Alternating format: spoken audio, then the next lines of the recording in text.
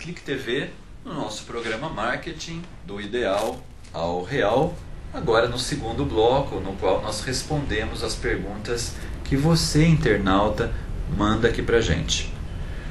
Você já sabe, o nosso programa acontece toda quarta-feira ao meio-dia e ele é interativo. É um programa que funciona com a tua participação, enviando as suas perguntas para o nosso e-mail marketing do ideal ao real @cliquetv.com.br ou participando nas redes sociais, no Facebook e no Twitter. Nós recebemos uma pergunta que nos coloca a seguinte questão: qual a importância da personalização na comunicação? A gente vem falando aqui para vocês sobre os recursos da comunicação dirigida, né? Ou seja, dos e-mails, do telemarketing e da ação postal. E como são mídias dirigidas, a questão da personalização é algo muito importante. A pergunta, ela nos inspira a uma reflexão sobre o que é a personalização. A gente recebe sempre, eu recebo, e com certeza você também, comunicados nos quais nós lemos a seguinte questão: prezado senhor, você é muito importante para nós, e o assunto começa a discorrer. Ou seja, algumas outras empresas já avançam um pouco mais e colocam prezado senhor Fernando, e aí o conteúdo é desenvolvido. É importante que a gente saiba que a personalização é algo que aproxima essa comunicação do destinatário. Nesse aspecto, ela é muito bem-vinda. O que precisamos entender é que não basta apenas colocar o nome da pessoa no sentido de dizer que a comunicação é personalizada. Personalização hoje em dia é entendida muito mais como uma adequação do conteúdo da mensagem ao perfil do destinatário do que propriamente o nome apenas. É lógico que muitas empresas ainda não avançaram nem neste aspecto mais técnico, né, da personalização, que tem a ver com o uso do nome. De qualquer maneira, é importante que se reforce o fato de que uma boa personalização é aquela que aproxima o conteúdo da tua mensagem ao destinatário. E essa aproximação tem a ver com dois conceitos: o conceito de pertinência do assunto, que a gente desenvolva um assunto que pertence aos interesses desse destinatário, e a relevância desse assunto, ou seja, que esse assunto interesse ao destinatário naquele momento. Essa seria a meta principal desta personalização, ou seja, uma boa personalização da comunicação é aquela capaz de levar assuntos pertinentes e assuntos relevantes ao destinatário. E ela é fundamental para essa aproximação entre o emissor da comunicação e o destinatário dessa comunicação. Ok? Em síntese, talvez essa seja a reflexão mais importante para essa pergunta, e obrigado pela pergunta. Aliás, a pergunta veio da Verônica Schiavon, lá de Curitiba. Obrigado pela pergunta, Verônica. Sucesso aí nos teus negócios. Nós recebemos uma outra pergunta do Eduardo Mariano Correia. O Eduardo Mariano é aqui de São Paulo, e ele nos pergunta: Fernando, qual é a diferença entre lealdade e fidelidade de clientes? Bom, Edu, é o seguinte: esses conceitos, eles são próximos. Dentro do conceito de relacionamento com o cliente, nós temos o conceito de lealdade, que é aquele que nos mostra a transparência na relação. Ou seja, uma relação de lealdade entre empresa e cliente tem a ver com o fato da empresa tornar muito transparente, por exemplo, as motivações de recompensa, as motivações de venda, as promoções. Então, uma relação de lealdade é uma relação que preza pela transparência. Transparência da empresa em deixar claro para o seu cliente as informações sobre o produto, sobre serviços, sobre meios de pagamento, sobre entrega, sobre satisfação. Ou seja, uma empresa leal é uma empresa que deixa todas essas informações transparentes no site, no ponto de venda, na sua comunicação. E da parte do cliente, uma relação transparente é uma relação que deixa esse cliente muito à vontade para expor a sua opinião, dando sugestões, dando comentários. Então, é uma relação de transparência. Lealdade tem a ver com transparência. E lealdade, normalmente, a gente exige da empresa. Então, lealdade você exige. É importante que nós tenhamos empresas leais aos seus clientes e também que tenhamos clientes leais à empresa. Fidelidade é um conceito decorrente da lealdade. Fidelidade é algo que a gente não exige, a gente conquista. E é óbvio que se a relação for leal, a fidelidade vem como consequência. Muitas empresas desenvolvem ações de fidelização e pagam caro por essa fidelização, enviando brindes, fazendo abordagens virtuais ou reais, objetivando a fidelidade. O que elas não percebem muitas vezes é que essa fidelidade ela é uma consequência da lealdade. Se a tua relação não é uma relação transparente, dificilmente ela vai gerar fidelidade.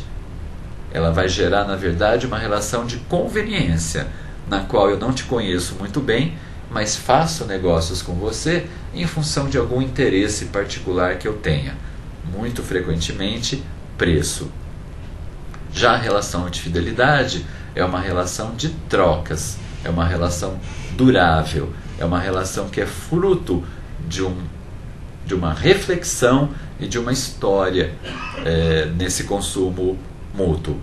Enfim, a fidelidade é algo que a gente conquista. A lealdade é algo que a gente exige e oferece. Tá bom? Não sei se ficou muito filosófico. Se você tiver alguma dúvida mais prática e objetiva, manda pra gente, Edu, e a gente continua aprofundando na reflexão. Tá bom? Obrigado pela pergunta. Nós recebemos aqui uma outra pergunta da Carolina Andolfo. A Carolina Andolfo é aqui de São Paulo e ela nos comenta a seguinte questão. Fernando, quais as diferenças de um ponto comercial em shopping de um ponto comercial em rua? Carol, você só não me contou se você tem o ponto na rua ou no shopping. Também não sei se a tua pergunta objetiva a visão enquanto consumidora, mas a questão é o seguinte. Historicamente, existe uma migração dos pontos comerciais de rua para os pontos de shopping. Ou seja, houve um momento, normalmente isso aconteceu nos anos 90, em que ninguém mais queria ficar na rua. As ruas se tornaram inseguras, as ruas se tornaram pouco qualificadas no ponto de vista de clientes, e ir para o shopping era a grande salvação das marcas e do comércio. Os shoppings seriam capazes de garantir a segurança, seriam capazes de garantir um público mais qualificado, talvez um público de renda melhor.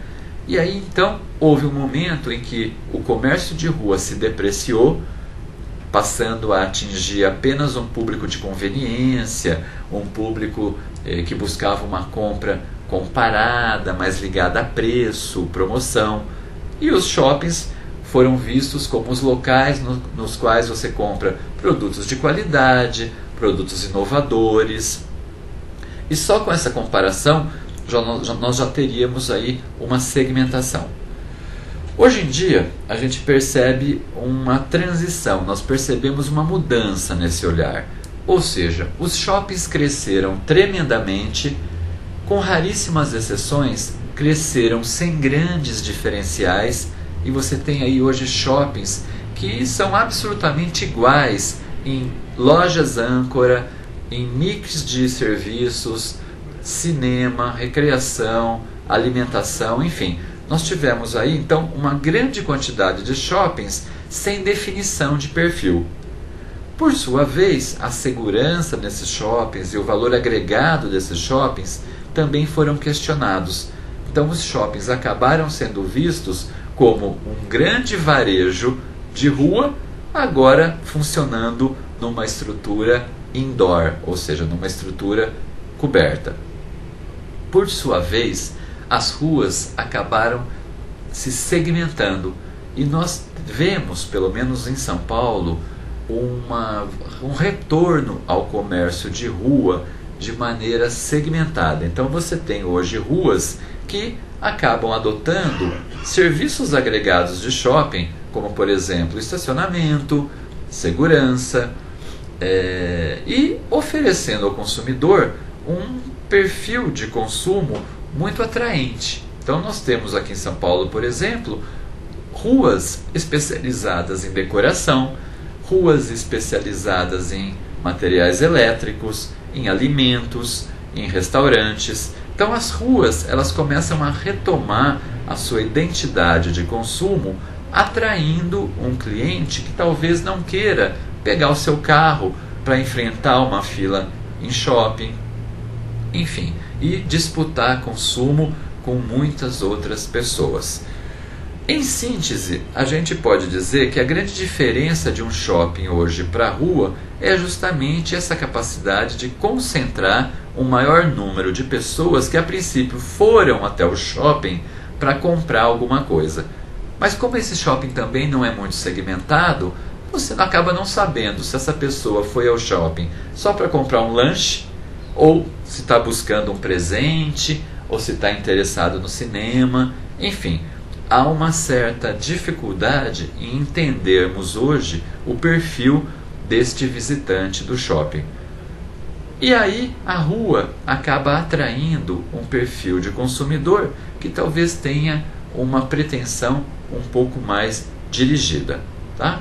Eu poderia te dizer que se você está na rua, você deveria ter um pouco mais de preocupações com a sua identidade visual, ou seja, com a sua segmentação do ponto de vista de dizer para o cliente o que você faz, como você faz e por que ele é bem-vindo na sua loja. Se a sua loja for de rua, preocupe-se um pouco mais com as ações de bem-estar desse cliente na sua loja. Se a sua loja for em shopping, a tua preocupação tem a ver mais com a rentabilização dessas pessoas que passam pelo shopping. Shoppings hoje atraem em média de 60 a 120 mil pessoas por dia, números aqui de São Paulo. E cabe a você explorar essas pessoas que passam pela tua loja e que podem pelo menos ser sensibilizadas com uma comunicação de apresentação da tua loja. Se você está em shopping, procure fazer parcerias com o marketing, com a equipe de marketing desse shopping, que normalmente tem informações sobre o perfil do cliente, a motivação desse cliente, e pode ter inclusive um mail, um cadastro de clientes que você pode usar na tua comunicação dirigida, ok? Em síntese, a discussão vai por esse caminho. Eu não acho que a gente deva dizer ou avaliar o que é melhor ou o que é pior, se as lojas de shopping são melhores que as lojas de rua, mas eu diria que sim, são públicos distintos e que pedem abordagens distintas, ok? A princípio, a reflexão é essa, Carol. Se você quiser aprofundar o bate-papo, escreva um pouco mais para nós. Marketing do ideal ao real, @clicktv.com.br. Nós recebemos uma pergunta do Sérgio Bueno. O Sérgio Bueno, ele nos escreve de Campinas e nos pergunta o seguinte: Fernando, as pesquisas por internet funcionam? Nós falamos hoje aqui um pouco sobre essa questão da pesquisa, né? A internet como um canal de pesquisa receptivo, ou seja, um canal no qual nós podemos capturar informações. E eu vou dizer para você que ela funciona na medida em que você tiver a capacidade de capturar essa informação e organizá-la de maneira a te dar uma luz, um caminho sobre o que o consumidor quer dizer para você. Eu diria que sim, que existem hoje sites muito bem estruturados na recepção, não só desta informação, como também na devolução dessa informação para o consultor, para o entrevistado. Ou seja, o clássico típico é o caso típico de alguém que entra no site para fazer uma reclamação, tem essa reclamação atendida, há uma devolução dessa reclamação com uma solução, e a partir daí inicia-se um relacionamento com esse cliente que entrou talvez aí na internet por uma porta de reclamação e pode ser convertido como um cliente potencial. A minha resposta então para você, Sérgio, é sim, funciona, mas não adianta simplesmente criar o site, se lançar na internet e esperar que a partir disso o trabalho ocorra sozinho. Tá? A internet é uma mídia, ou seja, ela é uma porta de entrada capaz de receber consultas, mas fundamentalmente também é necessário que você manipule essas informações e possa transformar essas informações em material de ação, ou seja, material de relacionamento junto aos seus clientes. Ok? Obrigado pela pergunta, seja bem-vindo sempre. Nós temos uma outra pergunta aqui que vem da Ana Maria Sodré. Ana Maria Sodré mora em São Carlos, no interior de São Paulo, e Ana Maria nos faz a seguinte questão: Fernando, por que os comerciais dificilmente refletem a realidade do ponto de venda? Pois é, Ana, eu entendo que você diga que comerciais são comerciais de TV. Eu entendo essa sua questão, eu também percebo que, em geral, os comerciais se esforçam para nos transmitir uma imagem que muitas vezes não é encontrada no ponto de venda. Tenho percebido isso com frequência em relação à publicidade de varejo, que nos vende uma imagem, que nos mostra um glamour na televisão, e na hora que a gente vai à loja é aquele Deus nos acuda, né? Eu diria para você que talvez as mídias de massa, e a gente inclui aqui a televisão como uma mídia de massa, junto com o rádio, com o jornal e com as revistas, essas mídias de massa, Ana, elas estão muito mais focadas na etapa de apresentação do produto.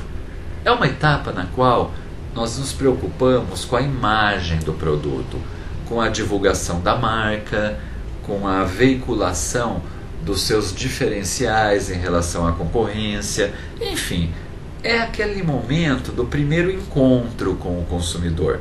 E a gente sabe que no primeiro encontro a gente capricha no visual, né? Você coloca uma roupa bacana, você coloca um perfume legal. Então, as mídias de massa normalmente fazem muito bem essa etapa de apresentação do produto.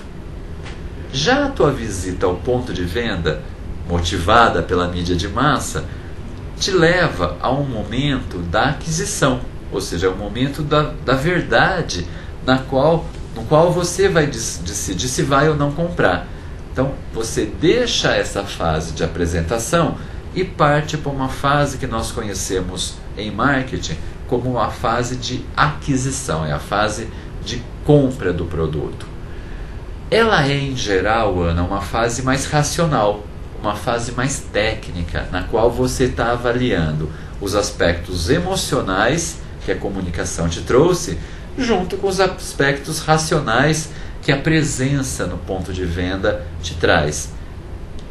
Óbvio que uma comunicação bem feita, um plano de marketing bem estruturado, deve propiciar essa continuidade, né, do relacionamento.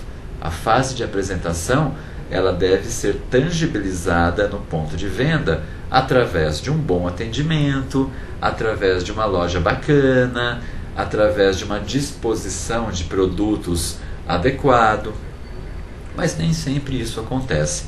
Então você sai, como o nosso próprio programa aqui sinaliza, de uma situação ideal para uma situação real, na qual sempre vai haver alguma frustração. mas eu concordo com você que a questão é bastante pertinente.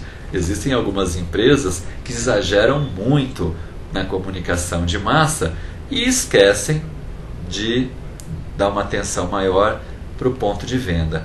E eu percebo essa falta de atenção, Ana, principalmente na questão de atendimento. Me chama muito a atenção como as lojas muitas vezes investem em visual merchandising. Então, assim, a loja é bacana, os produtos são bonitos, mas o atendimento muitas vezes deixa a desejar. Enfim, é um momento então que você cai na real e aí pode e deve decidir sobre se a marca é ou não feita para você, ok? Vamos batalhar para que essa viagem não seja assim tão dolorosa e que a gente possa então evoluir cada vez mais do ideal para o real com menos frustrações, tá bom? Obrigado pela pergunta, até a próxima. Nós temos uma outra pergunta que vem do Luciano Roncarini. O Luciano Roncarini mora aqui em São Paulo e ele nos pergunta: Fernando, as redes sociais podem ser usadas em ações de prospecção? Olha, Luciano, eu diria o seguinte: as redes sociais, como o próprio nome diz, são redes de similaridades, né? Ou seja, uma rede social, a princípio, é um grupo de pessoas com interesses comuns. São pessoas que topam ser amigas, topam trocar informações, conviverem ali entre si, porque tem bandeiras em comum, tem valores, tem sintonias. Nesse aspecto, eu diria para você que é muito difícil que a gente inicie uma relação numa rede social já oferecendo alguma coisa para elas. Digo isso porque num primeiro momento você deveria conhecer um pouco mais o perfil desses integrantes da rede social para que num segundo momento possa adequar a eles uma oferta bacana. Eu diria para você que a rede social ela é muito mais adequada na fase de rentabilização do cliente, ou seja, você já tem esse cliente e convida esse cliente para conhecer um pouco melhor sobre a tua marca, sobre os teus produtos, e a partir daí você começa a trocar informações com eles nas redes sociais. Eu diria para você que as mídias dirigidas, as mídias de massa e também as dirigidas, são mais adequadas para esta evolução inicial com o cliente. Ou seja, a gente acabou de comentar que as mídias de massa são perfeitas para uma fase de apresentação. As mídias dirigidas são ótimas na fase de conquista e as redes sociais talvez pudessem ser exploradas nessa etapa aí de rentabilização, na qual a gente já se conhece e podemos então contar um pouco mais de necessidades, características que te propiciem sim oferecer produtos e serviços mais segmentados, ok? Eu vejo dessa maneira. Há pessoas que discordam de mim, mas na minha visão a rede social ela é perfeita para essa fase de rentabilização, ok? Se você tiver alguma questão um pouco mais concreta para a gente analisar, manda para a gente, porque aí a gente consegue ser menos conceitual e um pouco mais pragmático, tá bom? Obrigado pela pergunta e até a próxima. Nós temos uma pergunta aqui que vem de Caçapava. Caçapava, aqui no interior de São Paulo. A pergunta foi feita pelo Ayrton Bonacorso, e ele nos diz o seguinte: Fernando, como iniciar um projeto de marketing social em minha empresa? Ayrton, a questão do marketing social está muito ligada aos trabalhos voluntários que a tua empresa pode fazer ou patrocinar. Ou seja, existem hoje uma infinidade de trabalhos voluntários que podem estar ligados a públicos específicos, normalmente públicos ligados ao teu negócio. Você não me conta aqui em que setor você atua e seria muito bacana que você pudesse me dar um pouco mais de informação sobre o segmento em que você atua, os públicos que você atinge, para que a gente possa aqui bater uma bola e definir um pouco um caminho um pouco mais claro para um trabalho de marketing social. De qualquer maneira, marketing social são ações que a empresa faz de maneira voluntária, com foco não lucrativo, procurando sensibilizar públicos que estão agregados à empresa. Ok? É um trabalho muito frequente, mas para que a gente possa responder melhor, eu vou te pedir que nos envie um pouco mais de informação sobre a tua empresa. Tá bom? Obrigado pela pergunta, escreve pra gente. Pessoal, por hoje é só. A gente espera ter colaborado aí para uma troca de ideias com vocês. Desde já agradecemos a audiência e pedimos para que estejamos aqui todos juntos a semana que vem, quarta-feira, ao meio-dia, aqui na Clique TV. Se tiver dúvidas, nos escrevam pelo e-mail marketingdoideal@cliquetv.com.br ou então nas redes sociais, Facebook e Twitter. Muito obrigado pela atenção, tenham uma ótima semana, temos um feriado aí essa semana, espero que você aproveite, descanse, relaxe e semana que vem, quarta-feira, ao meio-dia, marketing do ideal ao real, aqui na Clique TV. Muito obrigado.